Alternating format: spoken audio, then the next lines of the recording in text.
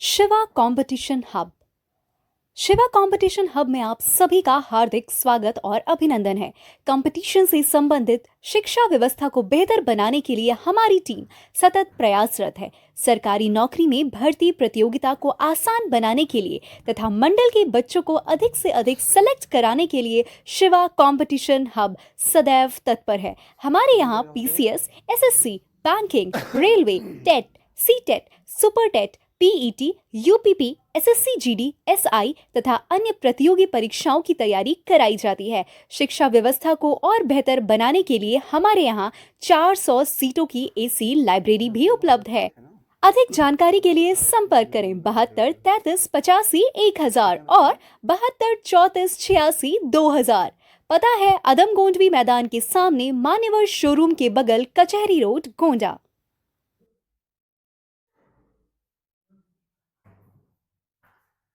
Hello students, कैसे हैं आप लोग? उम्मीद करता हूं बहुत अच्छे होंगे।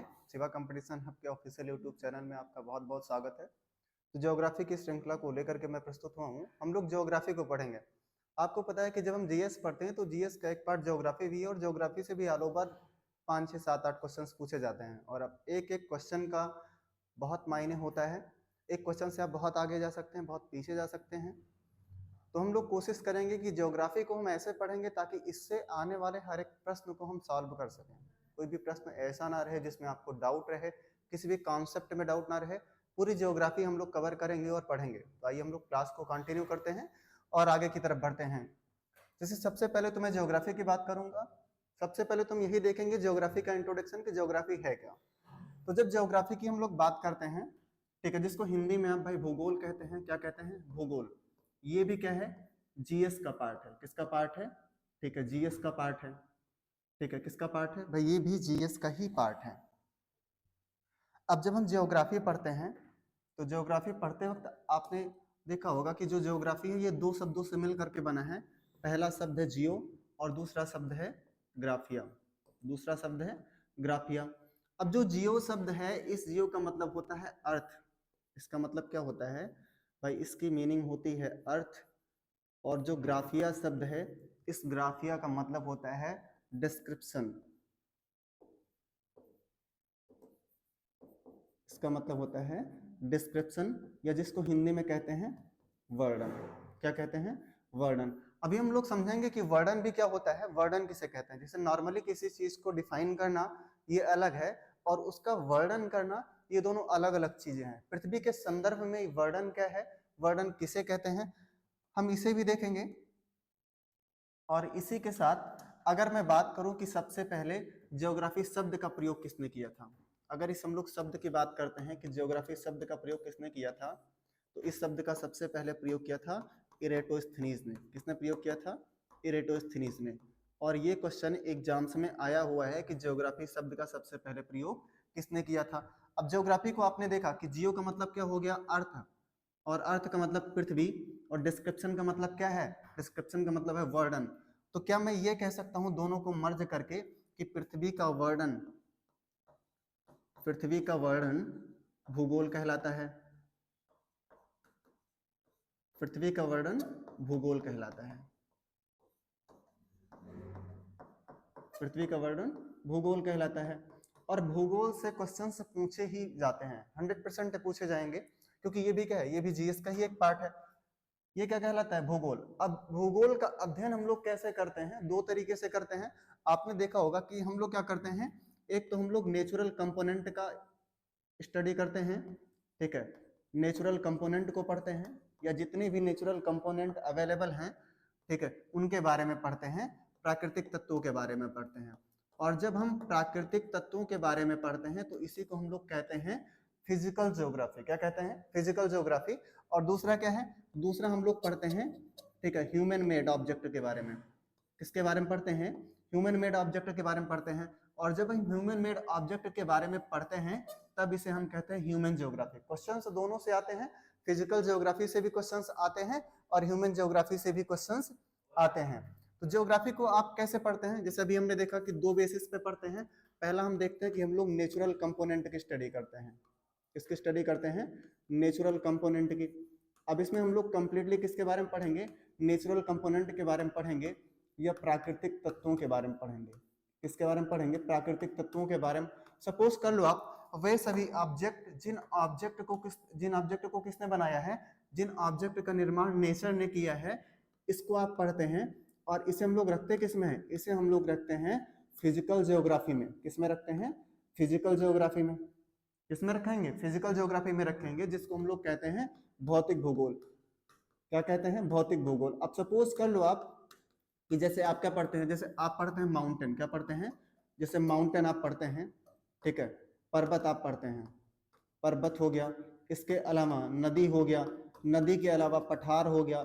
ये सारे के सारे किसके पार्ट हैं? ये सारे के सारे पार्ट हैं फिजिकल ज्योग्राफी में।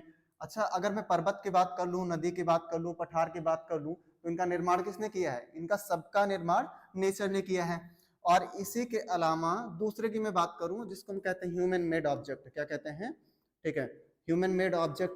अब अगर ह्यूमन मेड ऑब्जेक्ट की हम बात कर लें, तो आपको पता है कि मनुष्य के द्वारा निर्मित की गई जो चीजें हैं, उनका अध्ययन हम लोग किस में करते हैं? ह्यूमन ज्योग्राफी में करते हैं, या मानव भूगोल में अध्ययन करते हैं। किस में अध्ययन करते हैं? मानव भूगोल में अध्ययन करते हैं, ठीक है।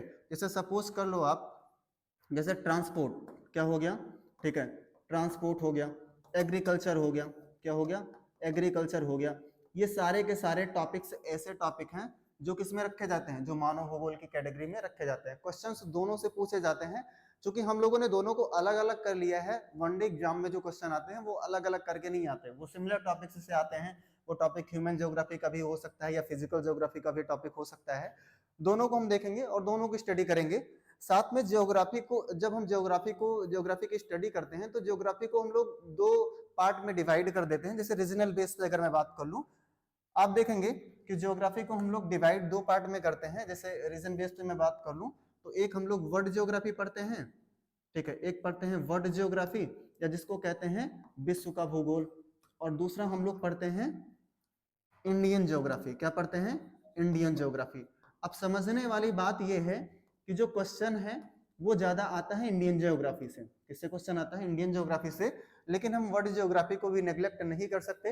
अगर हमें बेहतर ढंग से इंडियन ज्योग्राफी को ही समझना है, तो सबसे पहले वर्ल्ड ज्योग्राफी को समझना होगा। और इसीलिए सबसे पहले हम लोग शुरुआत किसकी करेंगे? वर्ल्ड ज्योग्राफी की शुरुआत करेंगे। तो ज्योग्राफी में हमने क्या देखा कि ज्योग्राफी दो शब्दों से मिल करके बना है।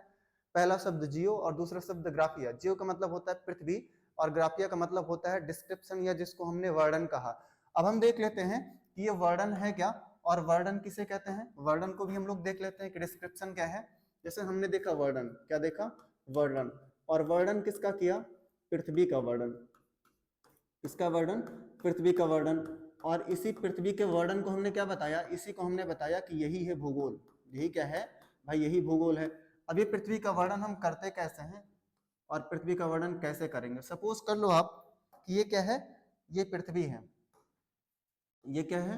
ये पृथ्वी है। अब पृथ्वी का अगर हम लोग वर्णन करेंगे, क्या करेंगे? वर्णन तो तीन आधार पर करेंगे। कितने आधार पर? तीन आधार पर करेंगे, और तीन तरीके से करेंगे, ठीक है। पहला आप देखेंगे, जो पहला आधार होगा हमारा, हम लोग जब स्टडी करेंगे और वर्णित करेंगे, तो हम लोग क्या करेंगे? पृथ्वी पर जितने भी ऑब्जेक्ट अवेलेबल हैं, लाइक आप देखेंगे माउंटेन हो गया, ओशियन हो गया, ठीक है।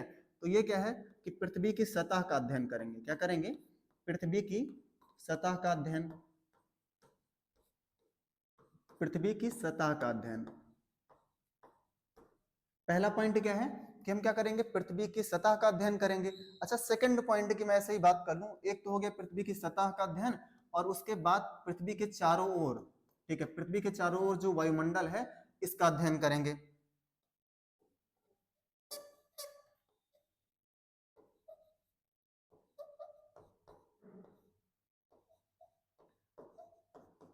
पृथ्वी के चारों ओर के वातावरण का अध्ययन। पृथ्वी के चारों ओर के वातावरण का अध्ययन करेंगे। दो पॉइंट हो गया। और तीसरा पॉइंट हम देखेंगे, ठीक है, जो हमारे सामने तीसरा पॉइंट है वो क्या है? वो है कि पृथ्वी के आंतरिक भाग का अध्ययन।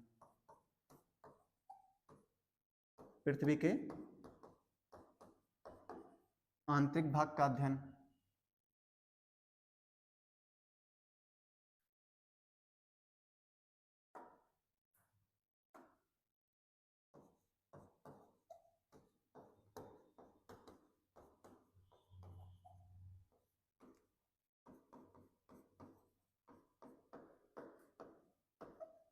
पृथ्वी के आंतरिक भाग का अध्ययन। अब अगर इन तीनों को मैं जोड़ लूं, अगर तीनों को मैं ऐड कर लूं, ठीक है, अब तीनों को जब ऐड करूंगा तब ये कहलाएगा वर्णन। तब ये क्या कहलाएगा?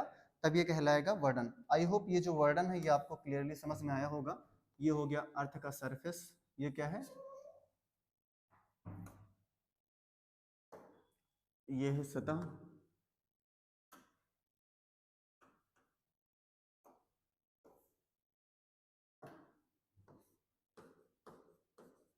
ये सतह है, और ये आंतरिक भाग है,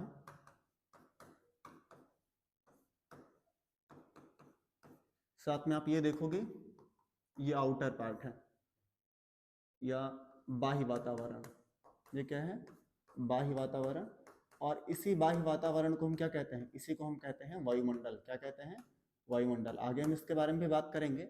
इसी को हम कहते हैं वायुमंडल। आई होप क्लियर है और आपको समझ में भी आया होगा कि एक्चुअल में जो वर्णन जिसको हम लोग डिफाइन करते हैं, ये वर्णन है क्या। यही हमने देखा था ना कि जियो मतलब अर्थ, ग्राफिया, ग्राफिया का मतलब डिस्क्रिप्शन या वर्णन, और वो वर्णन है क्या, वो हमने यहाँ देखा कि जब हम तीन तरीके से पृथ्वी का वर्णन करते हैं, तीन तरीके से पृथ्वी की स्टडी करते हैं, पृथ्वी को डिफाइन करते हैं, तो उसी को वर्णन कहते हैं। पहला क्या हो गया कि हम पृथ्वी की सतह का अध्ययन करेंगे, और सतह पर हमको क्या मिलेगा? सतह पर हमको मिलेंगे पर्वत। क्या मिलेंगे? यहाँ पर मिलेंगे पर्वत मिलेंगे, सतह पर हमको मिलेंगे पहाड़, सतह पर हमको मिलेंगे मैदान, सतह पर हमको मिलेगी नदी। क्या मिलेगी? नदी। जब हम इनका अध्ययन करेंगे, ठीक है, तब ये क्या है? ये भी है ज्योग्राफी। इसके अलावा आप देखोगे पृथ्वी के चारों ओर के वातावरण का अध्ययन, जिसको आप कहते हो वायुमंडल। जिसको आप क्या कहते हो? जिसको आप वायुमंडल आप कहते हो।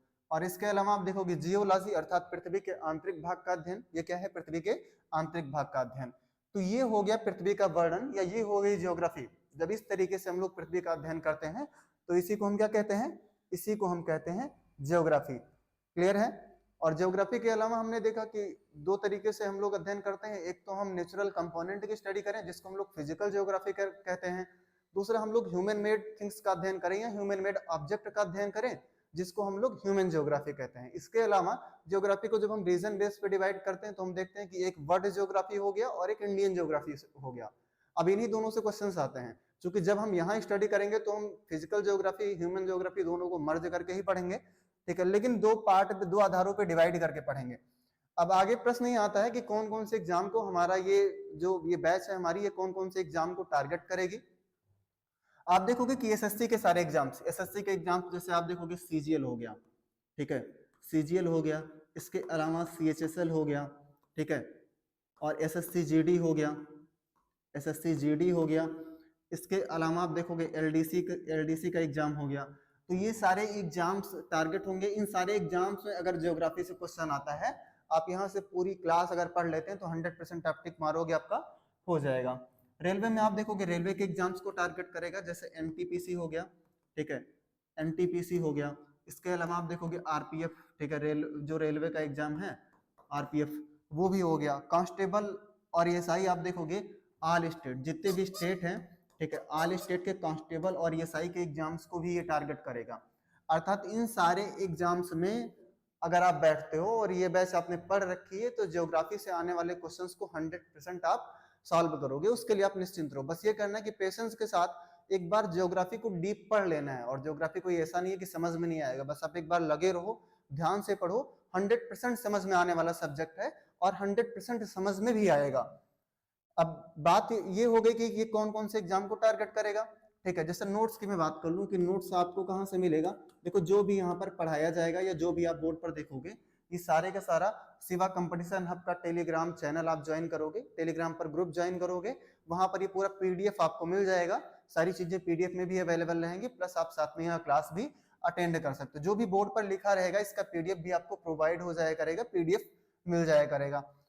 इसके साथ ही नेक्स्ट जो पॉइंट है, जो डाउट आता है, वो ये है कि कितनी क्लासेस टोटल होंगी लगभग ज्योग्राफी में। ये रहता है ना डाउट कि कितनी क्लासेस होंगी ज्योग्राफी में, तो उस डाउट को भी हम क्लियर कर देते हैं। टोटल जो क्लासेस होंगी वो 35 से 40 के आसपास होंगी, ठीक है। कोशिश हमारी ये रहेगी कि मिनिमम 35 क्लासेस में पूरी ज्योग्राफी खत्म कर दें, और उस ज्योग्राफी की लिस्ट में इंडियन ज्योग्राफी और वर्ल्ड ज्योग्राफी दोनों ज्योग्राफी आ रही है, ठीक है। 35 से 40 क्लासेस में हम टोटल ज्योग्राफी खत्म कर देंगे।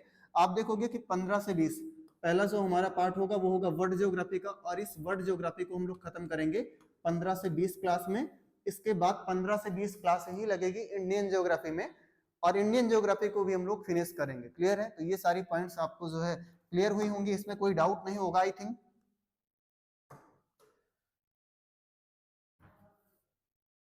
टोटल नियर अबाउट 35 क्लासेस ये कंप्लीट ज्योग्राफी के लिए है। किसके लिए? कंप्लीट ज्योग्राफी के लिए। क्लियर है? अब आइए हम लोग थोड़ा सा आगे मूव करते हैं और बात करते हैं सिलेबस की। किसकी बात करते हैं? सिलेबस की। अब इसके बाद जो डाउट होता है वो सिलेबस का ही होता है। अब ज्योग्राफी को हम लोग दो आधारों पर ही पढ़ने वाले हैं। एक आधार हमारे पास क्या है भाई? एक तो है हमारे पास वर्ल्ड ज्योग्राफी, विश्व का भूगोल, और दूसरा क्या है? भारत का भूगोल। अब आपको ध्यान रखने वाली बात यह है ना कि ये जो वर्ल्ड ज्योग्राफी हम पढ़ रहे हैं, इस वर्ल्ड ज्योग्राफी में, ठीक है, इसमें आप देखोगे इसमें ह्यूमन ज्योग्राफी भी इंक्लूडेड है। ठीक है, इसमें क्या है? इसमें ह्यूमन ज्योग्राफी भी इंक्लूडेड है, और इसमें फिजिकल ज्योग्राफी भी इंक्लूडेड है। ठीक है, इसमें फिजिकल ज्योग्राफी भी इंक्लूडेड है, मतलब दोनों प्रकार की ज्योग्राफी है। और इधर भी आप देखोगे तो सबसे पहले हम क्या कंटिन्यू करेंगे? वर्ल्ड ज्योग्राफी को कंटिन्यू करेंगे, और वर्ल्ड ज्योग्राफी का सिलेबस आज हम डिस्कस करेंगे। सिलेबस के अलावा अगर हमारे पास समय बचेगा तो कुछ बेसिक पॉइंट्स को कवर करेंगे, और अगले संडे हमारी फिर क्लास होगी। संडे संडे क्लास रहेगी, या मे भी पॉसिबिलिटी है कि संडे और सैटरडे दोनों दिन क्लास हो जाए। तो आइए हम लोग सिलेबस की बात करते हैं कि सिलेबस जब हम पढ़ेंगे वर्ल्ड ज्योग्राफी का, इसका सिलेबस पढ़ेंगे वर्ल्ड ज्योग्राफी, ठीक है, या जिसको आप कहते हैं विश्व का भूगोल। क्या कहते हैं? विश्व का भूगोल। इसका सिलेबस हम कैसे देखते हैं? इसका सिलेबस को हम लोग 3 पार्ट में डिवाइड करेंगे। कितने पार्ट में? 3 पार्ट में डिवाइड करेंगे, और तीनों पार्ट को डिस्कस करेंगे। जैसे पहले पार्ट की मैं बात कर लूं, ठीक है, जो पहला पार्ट है जिसको हम लोग कहेंगे जलवायु विज्ञान। पहला पार्ट क्या है?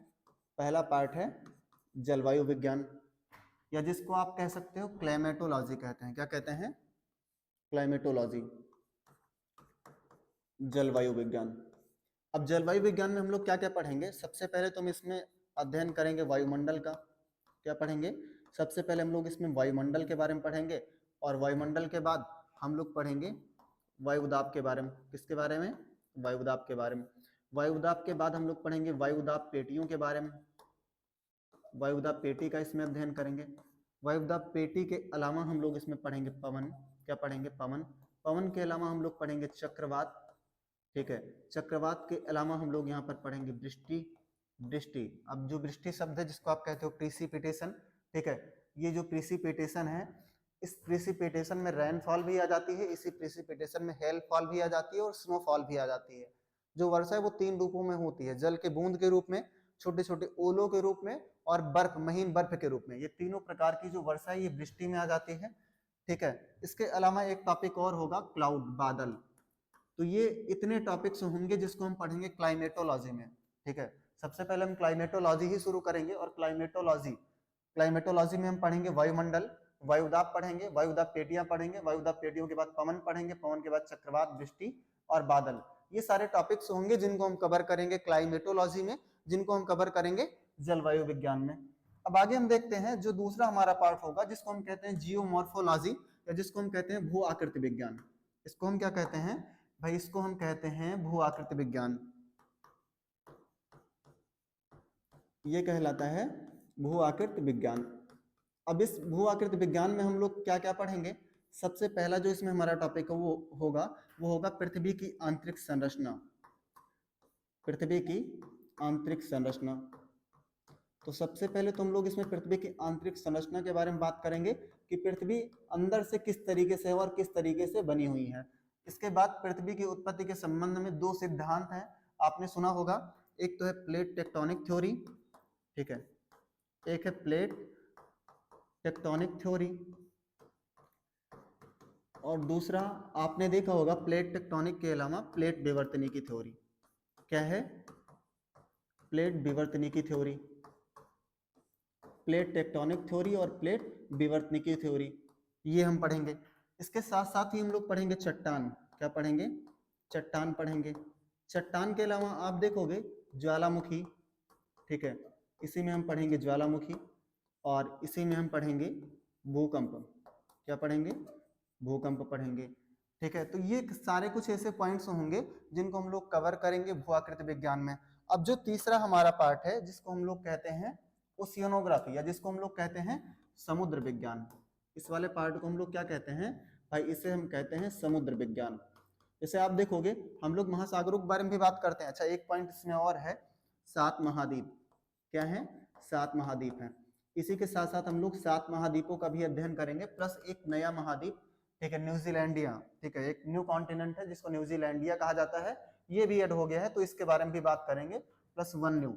7 कॉन्टिनेंट पहले से थे, एक नया भी ऐड हुआ है, और इस नए के बारे में भी हम लोग बात करेंगे। तो ये 7 महाद्वीप जब पढ़ेंगे तो 7 महाद्वीप में कौन कौन सी नदियां कहाँ है, कौन सी पर्वत चोटी कहाँ की महत्वपूर्ण है, कौन सी छोटी पर्वत चोटी है, कौन सी बड़ी पर्वत चोटी है, कौन सी ऊंची है, ये सातों महाद्वीप के बारे में पढ़ेंगे यहाँ। इसके अलावा जो तीसरा हमारा पार्ट होगा ज्योग्राफी का, ये वर्ल्ड ज्योग्राफी की बात कर रहे हैं, वर्ल्ड ज्योग्राफी का जो तीसरा पार्ट होगा वो है समुद्र विज्ञान। और समुद्र विज्ञान में हम लोग पढ़ेंगे महासागरीय धाराएं। इसमें जो पहला टॉपिक होगा वो है हमारा महासागरीय धाराएं। समुद्र विज्ञान का जो पहला टॉपिक है वो है महासागरीय धाराएं। महासागरीय धाराओं के अलावा आप देखेंगे इसी में हम पढ़ेंगे ज्वार। क्या पढ़ेंगे? ज्वार पढ़ेंगे, ठीक है। और इसी में हम पढ़ेंगे 5 महासागर। क्या पढ़ेंगे? 5 महासागर पढ़ेंगे। इसी में हम लोग 5 महासागरों का अध्ययन करेंगे। और महासागरों के साथ साथ ये भी देखेंगे, जैसे आपने देखा होगा कि 2 महासागरों का जल आपस में नहीं मिलता है, क्यों नहीं मिलता है, कौन सा महासागर छोटा, बड़ा, गहरा, जितने भी पॉइंट्स हो सकते हैं, या जिस पॉइंट से क्वेश्चन आता है, जिस हिसाब से क्वेश्चन आता है, उसी हिसाब से हमारी क्लास रहेगी। और आप कुछ क्लासेस अटेंड कीजिए, इसके बाद जो प्रैक्टिस सेट्स हैं या प्रीवियस ईयर पेपर है वो पेपर उठाइए और वहां से सॉल्व करना शुरू कीजिए। आप देखिए कि आपसे क्वेश्चंस बन रहे हैं या नहीं बन रहे हैं। देखो, क्लास बहुत मैटर नहीं करती है। क्लास को अटेंड करने के बाद अगर कंटेंट समझ में आ रहा है, कॉन्सेप्ट समझ में आ रहा है, समझने के पश्चात अगर क्वेश्चन आपसे बन रहा है तो इसका मतलब कि क्लास आपके काम की है। तो सबसे पहले आप क्लास अटेंड कीजिए, चीजों को समझिए, उसके बाद प्रैक्टिस सेट सॉल्व करना शुरू कीजिए, क्वेश्चन उठाइए उस लेसन से और सॉल्व कीजिए। अगर क्वेश्चन बन रहे हैं तो इसका मतलब कि क्लास अटेंड करना चाहिए। फिर हम लोग क्या पढ़ेंगे? 5 महासागरों को पढ़ेंगे, 5 ओशियंस पढ़ेंगे। तो ये हमारा पूरा टॉपिक है जो है, ये है वर्ल्ड ज्योग्राफी का टॉपिक। इसका टॉपिक वर्ल्ड ज्योग्राफी का। अब ये टोटल वर्ल्ड ज्योग्राफी खत्म कितने क्लासेस में होगी? हमने बात की 15 से 20 क्लासेस में। अब आपके सामने ये भी हो सकता है डाउट हो कि सर ने तो इतने सारे टॉपिक्स नोट करवा दिए, 15 से 20 क्लास में खत्म कैसे होंगे?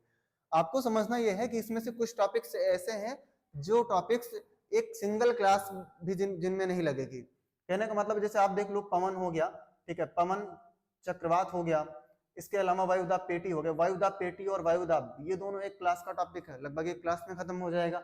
जिसे पवन देखोगे, चक्रवात देखोगे, ये क्लास में खत्म हो जाएंगे। कहने का मतलब कई सारे टॉपिक्स हैं, एक एक दो टॉपिक, वो एक एक क्लास वाले टॉपिक्स हैं जिनको इजीली खत्म कर दिया जाएगा। तो ऐसे करके आपकी जो क्लास है वो 15 से 20 क्लास होगी इस पूरे टॉपिक्स को लेकर के। और इसके बाद हम लोग कंटिन्यू करेंगे इंडियन ज्योग्राफी। क्लियर है? तो सबसे पहले हम लोग वर्ल्ड ज्योग्राफी कंटिन्यू करेंगे। आई होप आपने सिलेबस समझ लिया होगा। अब जब हम इंडियन ज्योग्राफी कंटिन्यू करेंगे तो इंडियन ज्योग्राफी का सिलेबस डिस्कस कर लेंगे, उस सिलेबस की बात कर लेंगे। अभी आज हम लोग कंटिन्यू करते हैं पहला टॉपिक जलवायु विज्ञान का, जिसका नाम है वायुमंडल। तो आप लोग हेडिंग डालिए वायुमंडल, और इसके बाद हम लोग कंटिन्यू करते हैं, आगे बढ़ते हैं थोड़ा सा।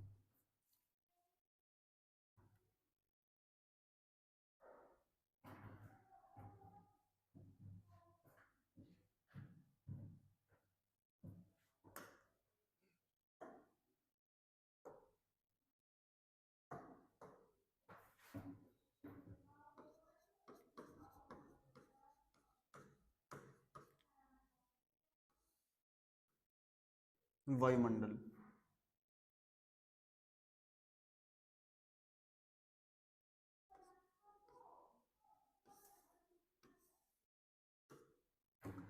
सबसे पहले तो इंपॉर्टेंस हम समझ लेते हैं वायुमंडल की, कि वायुमंडल की इंपॉर्टेंस है क्या। सपोज कर लो मैं अगर यहाँ स्टेबल हूँ, तो क्यों स्टेबल हूँ? क्योंकि वायुमंडल है इसलिए मैं स्टेबल हूँ। आपने सुना होगा कि चंद्रमा पर जब लोग जाते हैं तो अपना स्पेस सूट पहन के रहते हैं, नहीं निकालते स्पेस सूट। कभी सोचा है क्यों नहीं निकालते? क्योंकि अगर वो स्पेस सूट निकालेंगे तो इससे क्या होगा कि उनकी बॉडी के चीथड़े उड़ जाएंगे। कैसे? जरा इसे समझते हैं कि जैसे सपोज कर लो, ये जो हमारे आसपास एटमॉस्फेयर है, वायुमंडल है, ये क्या करता है, मेरे बॉडी के ऊपर एक प्रेशर लगा रहा है। क्या लगा रहा है? प्रेशर लगा रहा है। और मेरी बॉडी बाहर की तरफ प्रेशर लगा रही है, मतलब मेरी बॉडी बाहर की तरफ प्रेशर लगा रही है और बाहर से एटमॉस्फेयर मेरी बॉडी में प्रेशर लगा रहा है। दोनों के बीच बैलेंस बना हुआ है, तभी हमारी स्किन जो है वो स्टेबल है। अगर बाहर का प्रेशर हटा दिया जाए, मतलब वायुमंडल को हटा दिया जाए, तो सिर्फ प्रेशर अंदर से लगेगा और बॉडी की जो स्किन है, जो मसल्स हैं, वो उड़ जाएंगी आपकी बॉडी को छोड़ के। इस तरीके से आप देखोगे कि वायुमंडल हमारे लिए बहुत जरूरी है। अब देखते हैं कि वायुमंडल है क्या। सपोज कर लो, सबसे पहले तुम लोग पृथ्वी को एज्यूम करते हैं। ये क्या है, सपोज कर लो आप, ये क्या है, ये पूरी पृथ्वी है। ये क्या है, ये पृथ्वी है। और पृथ्वी के चारों तरफ आपको क्या मिलता है, पृथ्वी के चारों तरफ आपको मिलता है गैसों का आवरण। चारों तरफ आपको क्या मिलेगा, चारों तरफ मिलेगा गैसों का आवरण मिलेगा। और इसी गैसों के आवरण को हम क्या कहते हैं, वायुमंडल कहते हैं। इसी को हम क्या कहते हैं भाई, इसी गैसों के आवरण को हम कहते हैं वायुमंडल।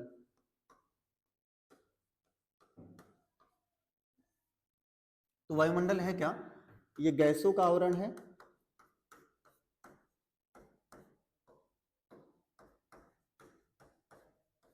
गैसों का आवरण,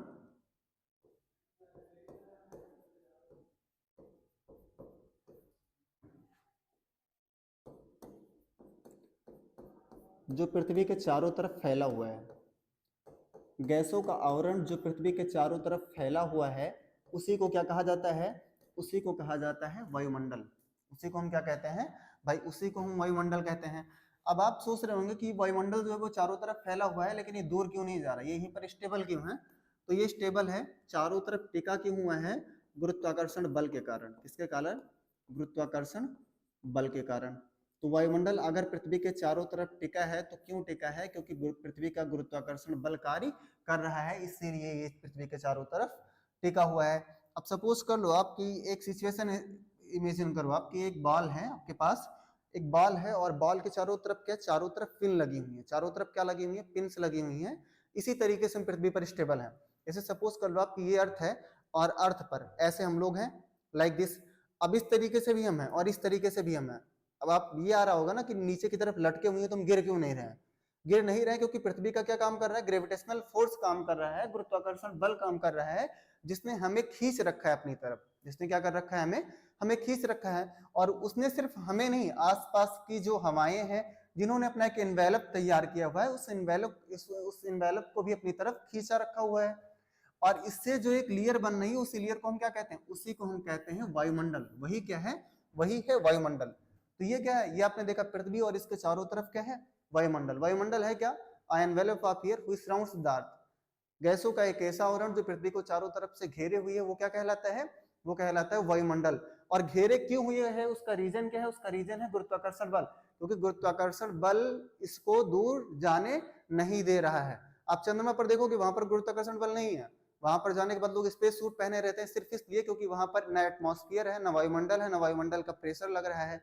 ठीक है, तो ये आपने देखा। अब जरा हम लोग समझते हैं कि ये वायुमंडल बना कैसे, ये गैसेस जो है पृथ्वी पर आई कैसे, जनरेट कैसे हुई, इसे समझते हैं। तो इसे समझने के लिए हम लोग इसे 3 स्टेज में समझेंगे। कैसे समझेंगे, 3 स्टेज में समझेंगे। जैसे आपने पढ़ा होगा कि जब पृथ्वी की उत्पत्ति होती है तो पृथ्वी कैसी रहती है, पृथ्वी बहुत गर्म रहती है।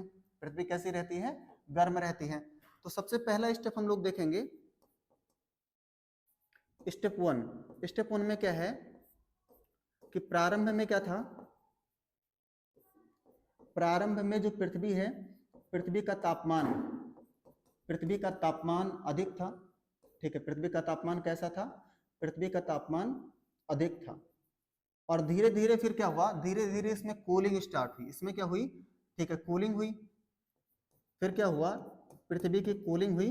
और जब कूलिंग होगी तो पृथ्वी की जो आउटर लेयर है, ठीक है, जो बाहरी परत है, बाहरी परत क्या हुई, ठीक है, इसकी बाहरी परत कठोर हुई। पृथ्वी की बाहरी परत कठोर हुई। और जो बाहरी परत कठोर हुई, इसी परत को हम क्या कहते हैं, इसी परत को हम कहते हैं क्रस्ट। क्या कहते हैं, क्रस्ट, या जिसको आप कहते हैं भूपर्पटी। जिसको आप क्या कहते हैं, जिसको आप कहते हैं भूपर्पटी। अब ये भूपर्पटी है क्या, जरा हम देख भी लेते हैं। यहाँ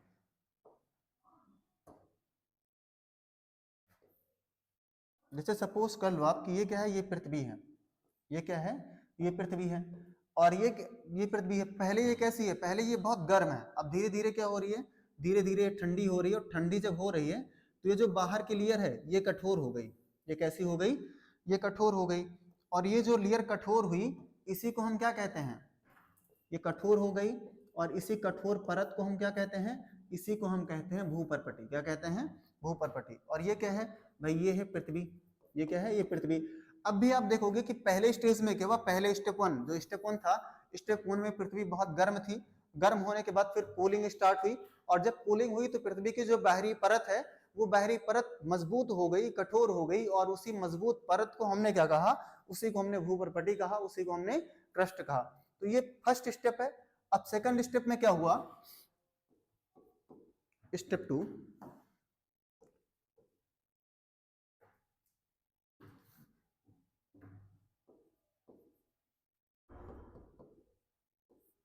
स्टेप टू, अब आपने देखा कि पृथ्वी कैसी होने लगी, ठंडी होने लगी। तो पृथ्वी ऐसे है, इसकी बाहरी परत कैसी हो गई है, इसकी जो बाहरी परत है वो ठंडी हो गई है, और इस परत को हमने क्या कहा, ये है भूपर्पटी।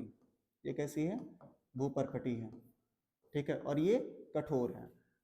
फिर भी आप देखोगे ऐसी स्थिति में क्या है, बाहरी परत तो ठंडी हो गई है, लेकिन क्या आंतरिक परत ठंडी है, नहीं, आंतरिक परत ठंडी नहीं है। आंतरिक भाग में क्या है, आंतरिक भाग, इसका तापमान कैसा है, अधिक तापमान है। इसका तापमान कैसा है, अधिक है। आंतरिक भाग का अधिक तापमान, और अधिक तापमान की वजह से क्या होगा, इसका जो दाब है, ठीक है, इसका जो दाब है वो भी कैसा होगा, वो भी अधिक होगा। स्टेप टू में क्या हुआ कि जब पृथ्वी के आंतरिक भाग में, ठीक है, दाब बढ़ता चला गया, तो आंतरिक भाग के पदार्थ,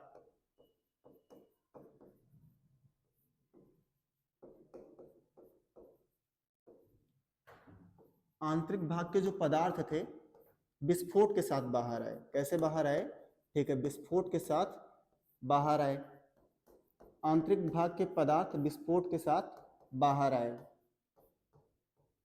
और ये जब विस्फोट के साथ बाहर आए तो इसी प्रोसेस को, ये जो प्रक्रिया है, ये प्रक्रिया क्या कहलाई, ये प्रक्रिया ज्वालामुखी कहलाई। क्या कहलाई, ज्वालामुखी।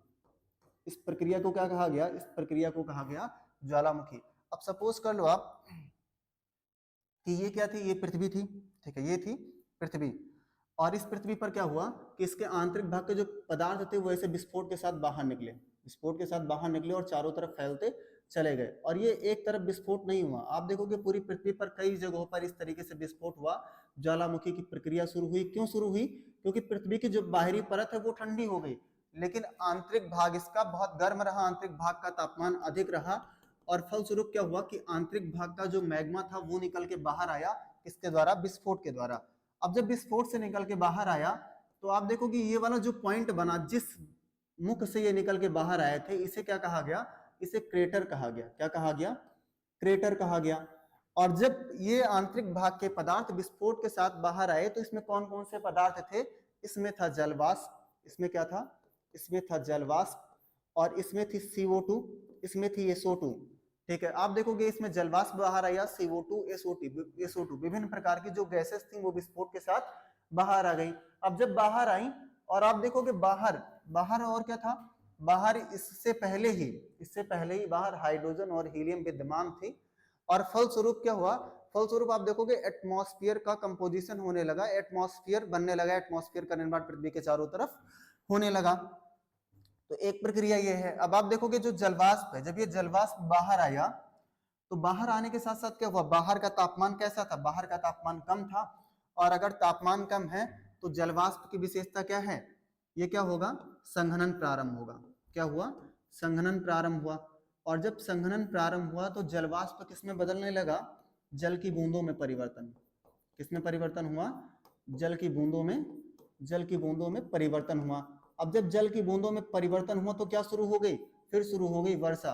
क्या शुरू हो गई, वर्षा। और जब वर्षा शुरू हुई तो ये जो क्रेटर थे, ये जो आसपास आप क्रेटर देख रहे हैं, जो क्रेटर हमने बनाया, यहाँ भी है, यहाँ भी है, यहाँ भी है, तो इससे क्या हुआ, वर्षा होने के फलस्वरूप क्रेटर में जल भर गया, क्रेटर में जल भराव हुआ, क्रेटर में जल भर गया, और क्रेटर में जब जल भर गया, ठीक है, तो इससे निर्माण प्रारंभ हुआ महासागरों का। इसका निर्माण प्रारंभ हुआ, ठीक है, इससे महासागरों का निर्माण प्रारंभ हुआ, महासागरों का निर्माण प्रारंभ हुआ। बात समझ आई। तो दो बिंदु हमने यहाँ पर देखे, एक तो हम देख रहे हैं कि पृथ्वी की कूलिंग का प्रोसेस चल रहा है, दूसरा हम देख रहे हैं कि रेनफॉल हो रही है, जो वाष्प पृथ्वी के आंतरिक भाग से विस्फोट के द्वारा बाहर निकल रहा है। बाहर का तापमान कम होने के कारण संघनन होता है और वो जल की बूंदों में बदल जाता है, पृथ्वी पर वर्षा होती है। वर्षा होने के फलस्वरूप ज्वालामुखी विस्फोट के द्वारा जो क्रेटर बने थे, इन क्रेटर में जल भर जाता है और फिर आप देखोगे जल भरने के बाद में आपस में ये मिलते चले गए और किसका निर्माण हो गया, महासागरों का निर्माण हो गया। साथ में ये जो जलवाष्प है ये जब बाहर आया CO2 SO2 और इसके अलावा जैसे आप देखेंगे हाइड्रोजन और हीलियम, ठीक है, हाइड्रोजन और हीलियम, ठीक है, हाइड्रोजन और हीलियम ये दोनों गैसेस पहले से विद्यमान थी।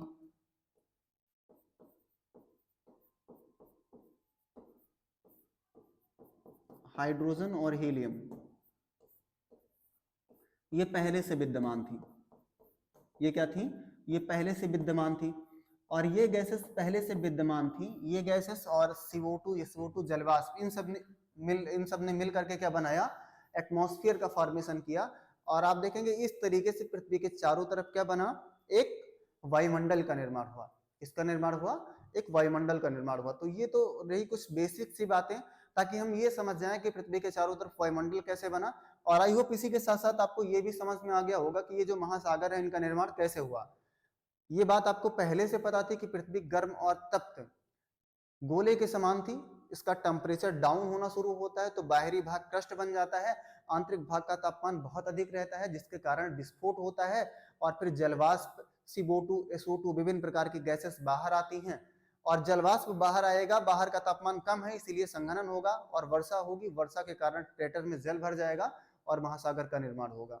तो ये कुछ प्रक्रिया रही महासागर के निर्माण की, जिसमें हम लोगों ने एटमॉस्फेयर को देखा और कुछ बेसिक सी बातें की, सिलेबस डिस्कस किया। कल की हमारी जो क्लास होगी वो हम एटमॉस्फेयर को ही लेकर के लेंगे, ठीक है। और अगला जो हमारा टॉपिक होगा वो होगा वायुमंडल का संघटन। वो क्या होगा, वो होगा वायुमंडल का संघटन।